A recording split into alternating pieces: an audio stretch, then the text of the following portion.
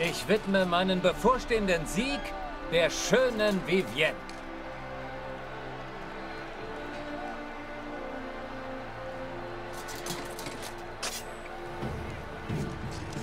Es hat schon angefangen. Wir müssen bis nach dem Kampf warten.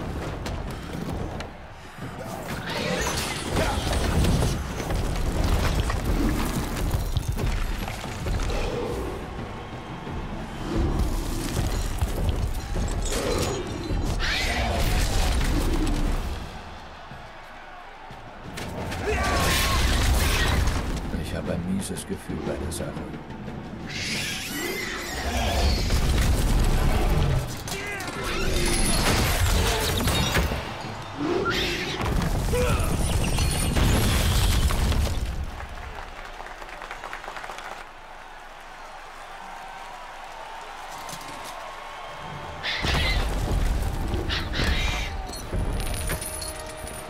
Verdammt.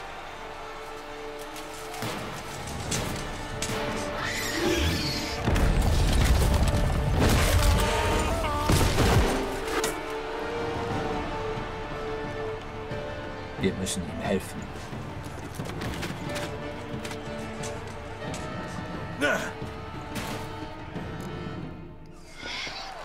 Das war irgendwie klar. Nicht so laut. Er muss uns hören, um zu wissen, wo wir sind. OB! Nachbar! Die Bestie brüllt! Sie wütet! Ist natürlich die Frage, was will glaubst du mit so einem Viech?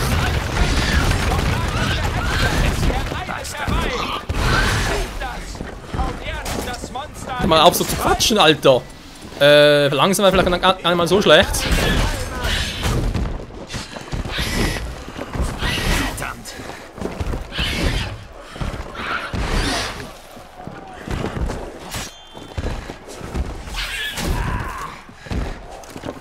Aber jetzt ein Zauber gewirkt. Kann ich sehen. Irgendwie schon, wa?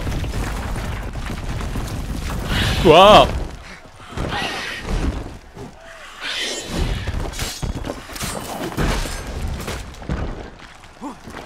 Natürlich so gar nichts. Habe ich nicht irgendwie... Das ist ein Nordwind. Gut, es könnte natürlich wirken.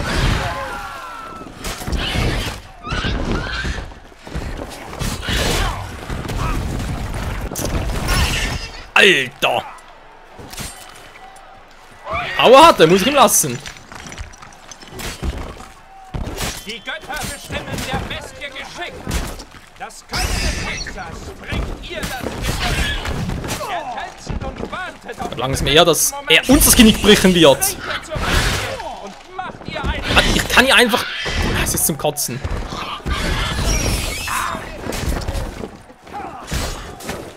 Schlangentanz ist ja total für den Arsch.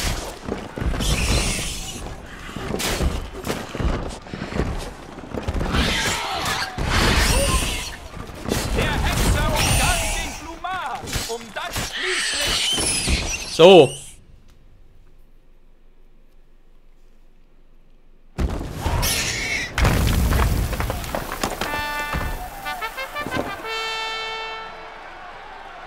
Der Glumar wurde besiegt von Geralt von Riva, Meister des Hexerhandwerks. Seht, wie die Bestie ihr Leben aushaucht.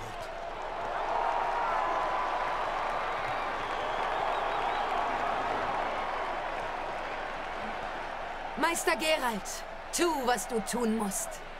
Bring es zu Ende. Den Lumar schon. Das ist ein schöneres Ende für ihn, weil irgendjemand wird ihn sowieso töten.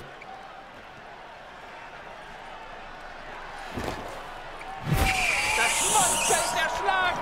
Der Kampf ist vorbei. Hurra den Siegern!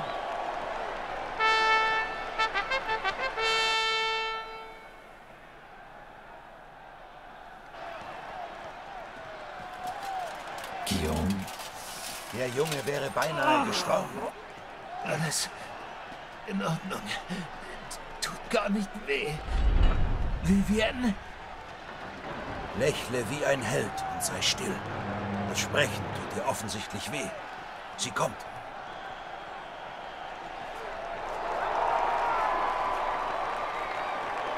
Geralt, wir müssen reden.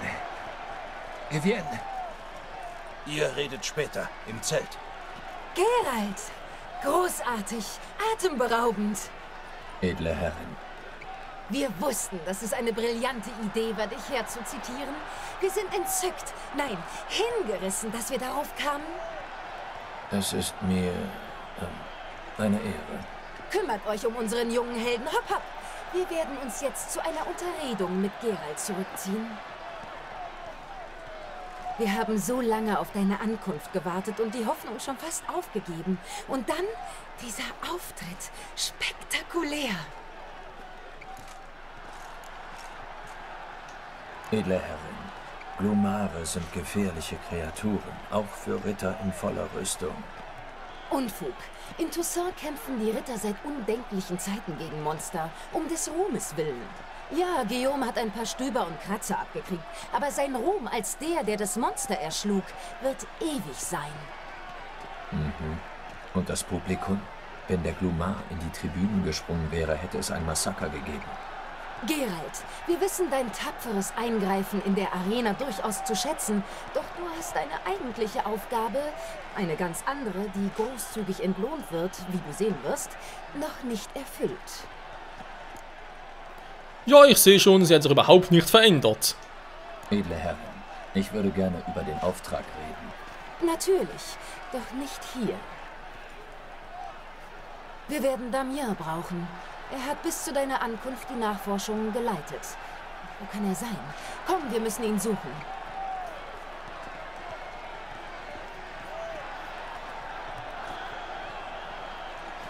Das arme Monster.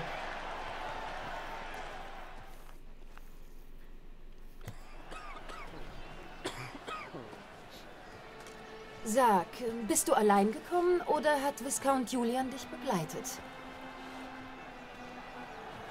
Wünschst du Rittersporn zu sehen, edle Herrin? Ja, nein. Das heißt doch.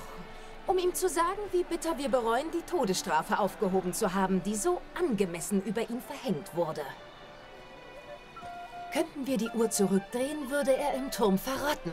Nein, er würde aufs Rad geflochten, auf die Streckbank gespannt, gehängt und gevierteilt werden.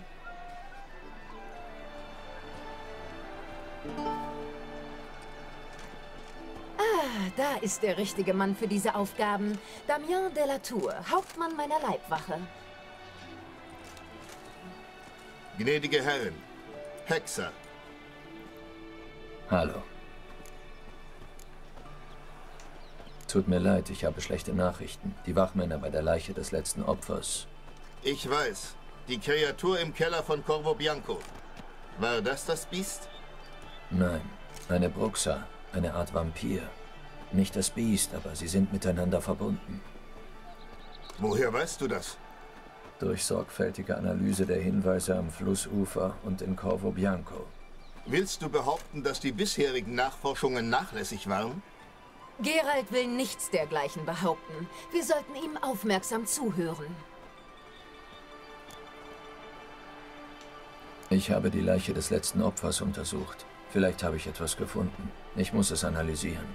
Dafür brauche ich einen ruhigen Ort. Und am besten die Hilfe eines Alchemisten oder Magiers. Außerdem will ich alles über die bisherigen Opfer erfahren. Da wende ich mich wohl am besten an Ritter de la Tour. Nenn mich Damien, bitte. Du sollst wissen, dass ich dagegen war, dich herzuholen. Ich habe von dir gehört. Du bringst Ärger. Das tust du immer. Und wir haben schon genug Ärger. Wir werden das Biest auch alleine erschlagen. Da muss uns kein Fremder helfen. Damien, die Frage, ob der Hexer angeheuert wird, ist schon länger endgültig entschieden worden. Da du dennoch davon anfängst, sprechen wir über Geralts Bezahlung. Stimmen die Legenden, dass Hexer üblicherweise das verlangen, was man zu Hause findet, aber nicht zu finden erwartet hat? Oh, die uralte Hexertradition. Ja, nein, nicht immer. Es ist unterschiedlich. Das ist wahrhaftig so. Ich überlege gerade, es gab einen speziellen Satz dafür. Verdammt, ich weiß gar nicht mehr. Nein! Das ist einer der Lieblingssätze eigentlich. Also der der besten Sätze, sag ich jetzt mal. Das ist komplett falsch. Ja, das ist natürlich von Zeiten abhängig und jetzt sind wir hier im Spiel, nicht mehr in den Büchern. Nein, ich mach trotzdem mal das. Nicht immer, Herrin. Das Gesetz der Überraschung. Das Gesetz der Überraschung, wird manchmal natürlich. geltend gemacht, aber selten. Meistens nehmen Hexer einfach Gold.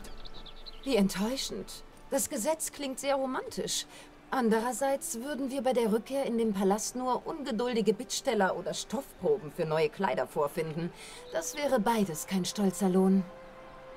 Ich fürchte, du hättest wenig Verwendung für die Überraschungen, die bei uns in Frage kommen. Daher haben wir beschlossen, dass du das Weingut Corvo Bianco sowie eine Geldsumme erhalten sollst, wenn du den Auftrag erfüllst. Sicher erscheint dir das angemessen.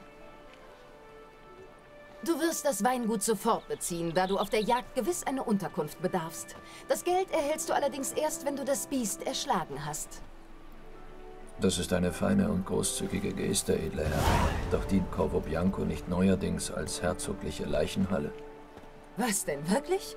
Da muss die Kanzlei wieder Mist gebaut haben. Man kann sie keinen Moment alleine lassen. Aber eine Leichenhalle wird einen Hexer kaum schrecken. Außerdem fördern düstere Legenden den Ruf eines Weins wie nichts anderes. Vielen Dank, Herrin. Ich nehme den Auftrag an, aber wie ich schon sagte, brauche ich einige Informationen. Ja, leck mich am Tschöpli, hey, ein eigenes Weingut. Und ja, natürlich das Gesetz Überraschung, wie kann ich das bloß vergessen? Naja, ja, also von dem her, es hat sich nichts verändert. Wie gesagt, Geralt war in den Büchern schon mal hier und er hat es eigentlich sehr genossen, hier zu sein. Ich meine, für einen Hexer gab es zwar nicht so viel Spannendes zu tun, aber die Entlohnungen, die waren immer sehr fürstlich, wie man hier jetzt gerade aussieht. Wie hat es angefangen? Wer war das erste Opfer? Crespi ist zuerst gestorben. Er war einst für seine zahlreichen Turniersiege berühmt. Im Alter hat er das Schwert weggehängt und ist auf Weinbau umgestiegen. Crespi war nicht gerade beliebt bei den Weinhändlern. Er war ein rücksichtsloser Geschäftemacher und hat offenbar gerne mal betrogen.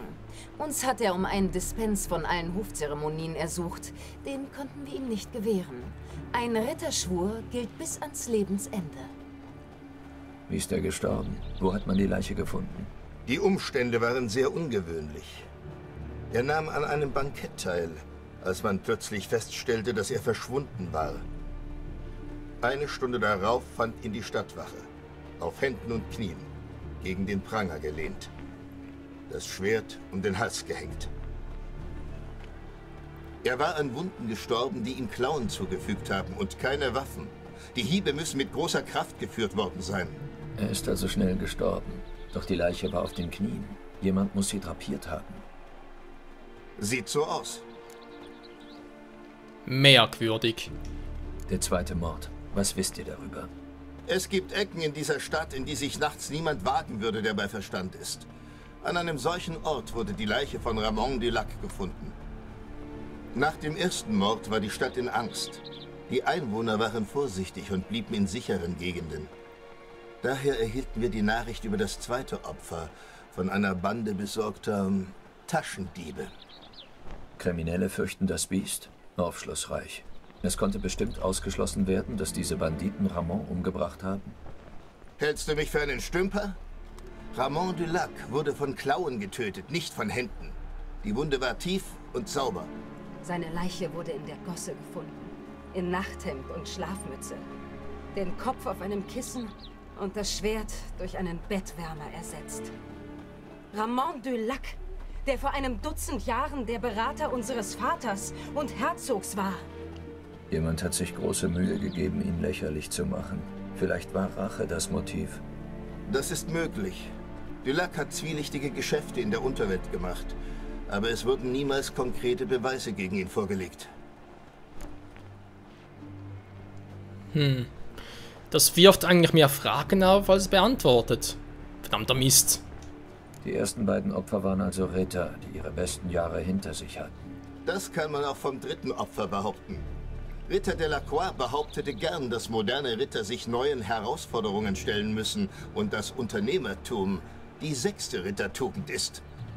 Er hat im Getreidehandel ein veritables Vermögen gemacht. Palmerin hat ihn sogar Ritter de la Geizhals genannt. Ich habe eine Geldbörse bei seiner Leiche gefunden. Sie enthielt Florin aus verschiedensten Zeiten und Provinzen.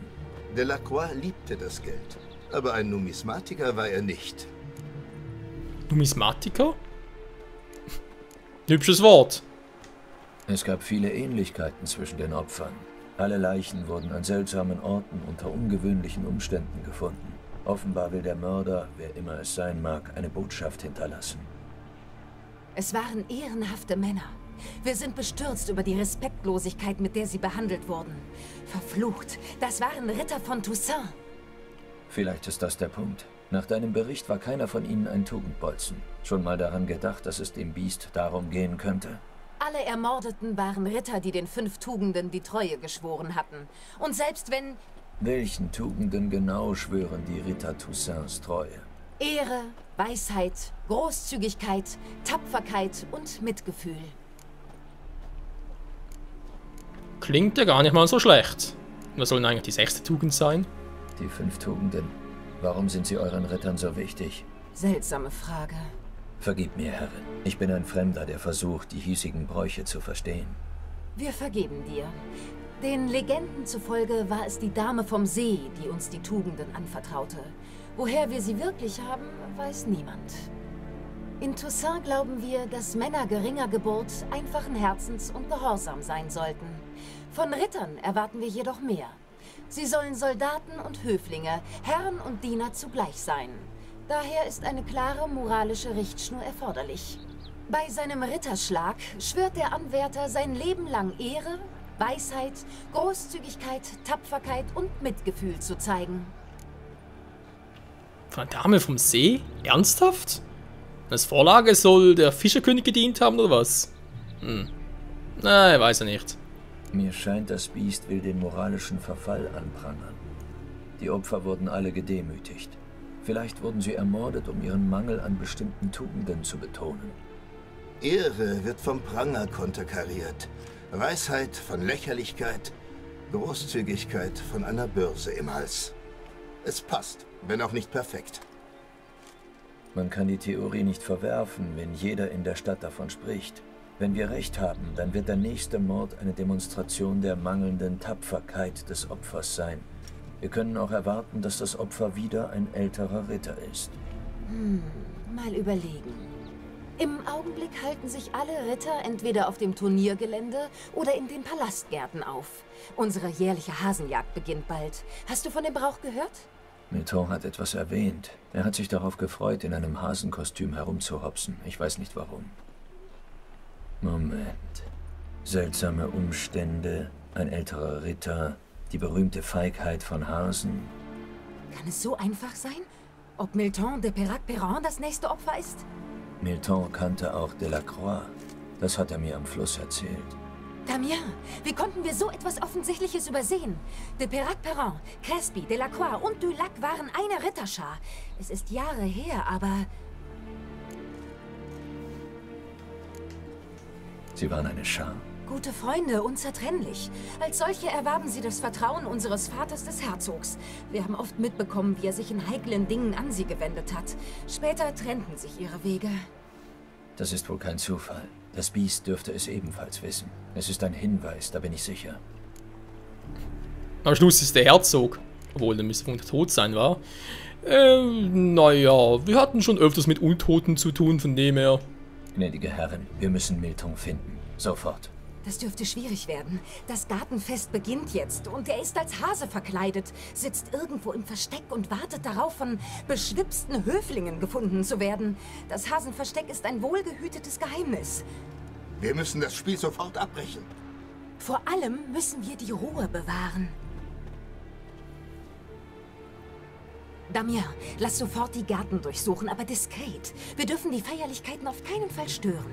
Eine Panik würde das Biest nur einladen, noch früher zuzuschlagen. Und du, Hexer, kommst mit mir. Schließlich sind es meine Gärten und meine Ritter. Ein Mord kommt nicht in Frage, das dulde ich nicht. Nicht bei meinem Palast. Pferde! Bringt uns Pferde!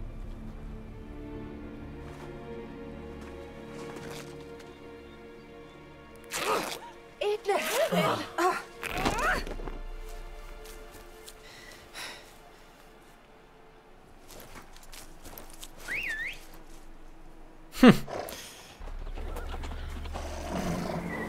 Was zum Teufel? Ich komm dir gleich hin.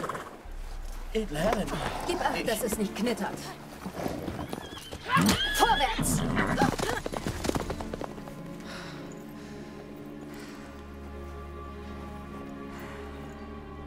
Hey, das ist Seide. Pass doch auf.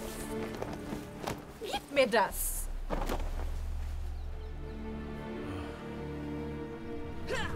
Das gehört sich doch nicht.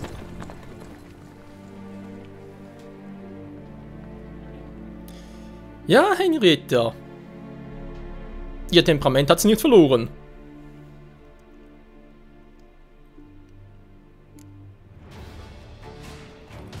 Schneller, Geralt. Reife wie der Wind. Wie zu Hause.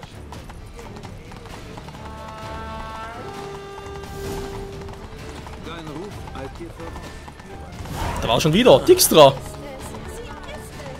Mach den Weg frei. Mach den Weg frei, sage ich. Habt ihr nicht gehört? Die Herzogin spricht. Oder schreit. Brüllt. Je nachdem, was eine Frau, was eine Dame überhaupt tun darf. Hier ist es, gleich um die Ecke. Ja, dann sagt er das. Wir müssen zum Austragungsort des Spiels. Die Teilnehmer müssen das Horn eines Einhorns, einen goldenen Fisch und das Ei eines Phönix finden.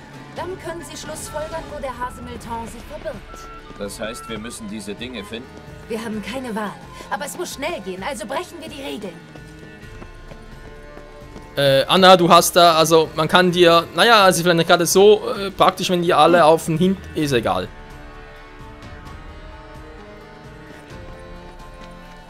Nein, lieber doch hier lang.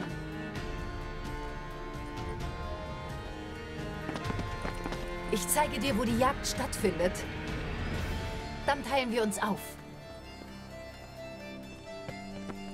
Du besorgst das Horn des Einhorns und den goldenen Fisch. Ich hole das Ei des Phönix. Das geht am schnellsten. Ja. Wie soll ich denn das Einhorn fangen? Es ist sehr scheu, aber du gewinnst schon irgendwie sein Vertrauen. Da drüben läuft es herum. Schau. Goldener Fisch. Brauche ich eine Angel oder ein Netz? Bitte, Geralt. Es ist kein echter Fisch. Schau dort beim Wasser. Siehst du die Lichter? Die Schatzsucher versuchen von Booten aus den Fisch zu fangen. Du musst einfach reinspringen und ihn finden. Der goldene Fisch und das Horn enthalten Hinweise auf Miltons Versteck. Wenn du beides hast, komm zu mir. Ich bin bei den anderen Eierjägern. Alles klar? Dann an die Arbeit. Aber ist das jetzt Anna Henrietta oder ist es Jennifer? Meine Fresse, ey. Ist die aber Hier haben die Männer nichts als Wein und Wein. direkt. Wo nicht? Alter, hier runter, ey. Gut, fürs Einhorn, da wünsche ich jetzt wäre Ciri dabei, weil sie hätte gar kein Problem, das Teil zu fangen. Aber ich denke mal, mit ein bisschen Axi wird das schon werden. Die allergnädigste Herrin. Majestät.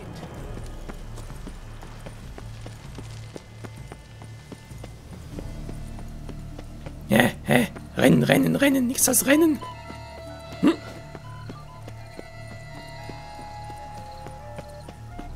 So, mal einen Fisch holen, wa? Aber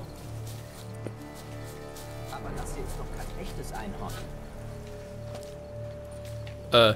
Geralt, kommst du irgendwie darüber? Ich wäre froh, wenn du da irgendwie... Ah ja, du weißt schon. Dankeschön.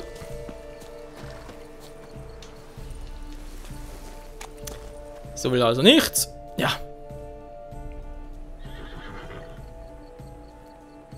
Vielleicht geht es mit einem Apfel oder Süßigkeiten. Wir wären nicht in dieser Bredouille, wenn du noch Jungfrau wärst, liebe Schwester. Willst du wirklich schon wieder damit anfangen? Jetzt und hier?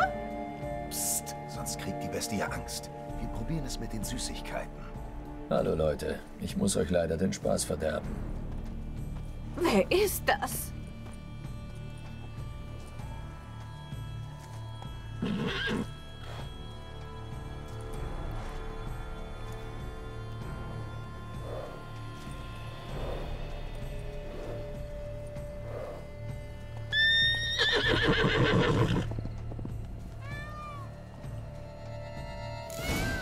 Ich sage ja Axi. Verarschen? Das klappt nicht? Okay. Ein Leckerli. Ja gut, wo soll ich jetzt hier ein Leckerli finden? Will ich mal verarschen?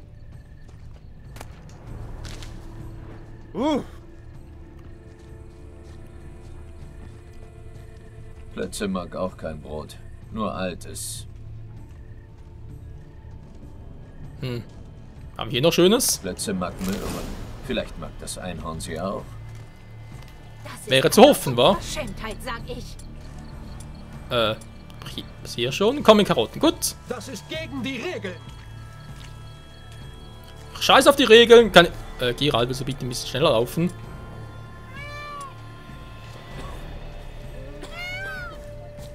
Check das Teil weg. Was, hat gerade der Pfau miaut?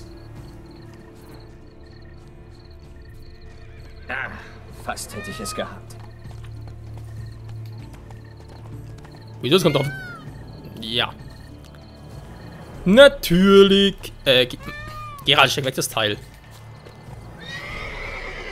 Was hältst du von einer köstlichen Karotte?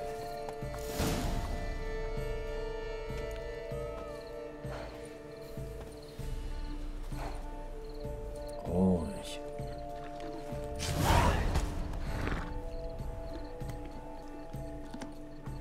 Hinweis vom Horn des Die Einhorns. sind riesig.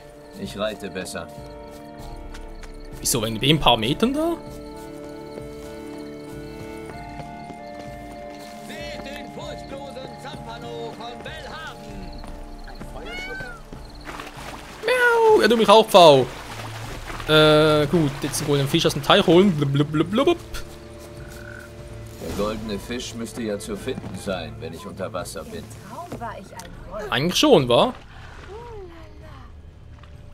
Was zum Teufel? Ist da gerade jemand ins Wasser gesprungen? Vielleicht ist das Richtige? Für Bauern vielleicht. Das ist ein goldener Fisch. Ah, da drüben ist er ja. Oder?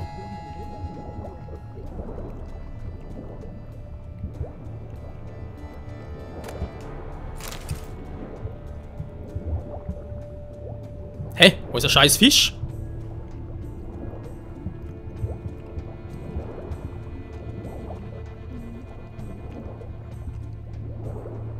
Das Spiel verarscht mich gerade. Wo zum Henker ist der Fisch? So, mal ganz kurz wieder das ausrüsten. Dankeschön. Hallo? So. Nee, nicht Mondstab. Besser. Wo ist der Fisch? Ich meine, klar, ich sehe die Fische, aber wo ist der Fisch?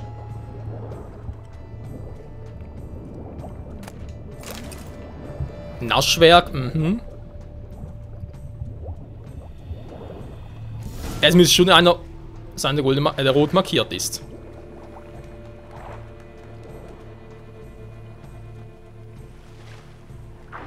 Hey, warte. Halt, es ist wichtig.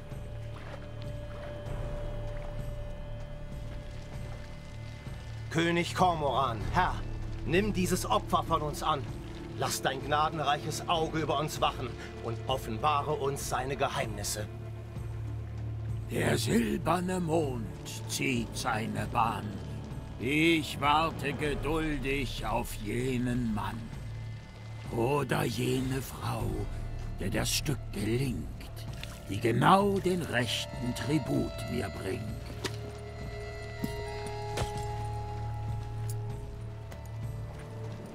Ein Schlüssel. Mann, du verfluchter Trottel. Er hat das Spiel verdorben. Wie schimpflich.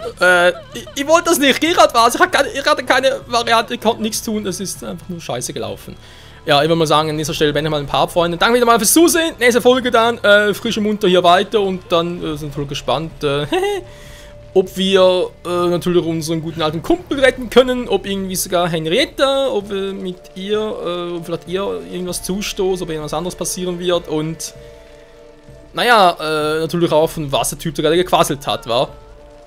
Und schwankt sie gerade irgendwie. Wir werden gleich sehen. Bis zum nächsten Mal. Ciao zusammen.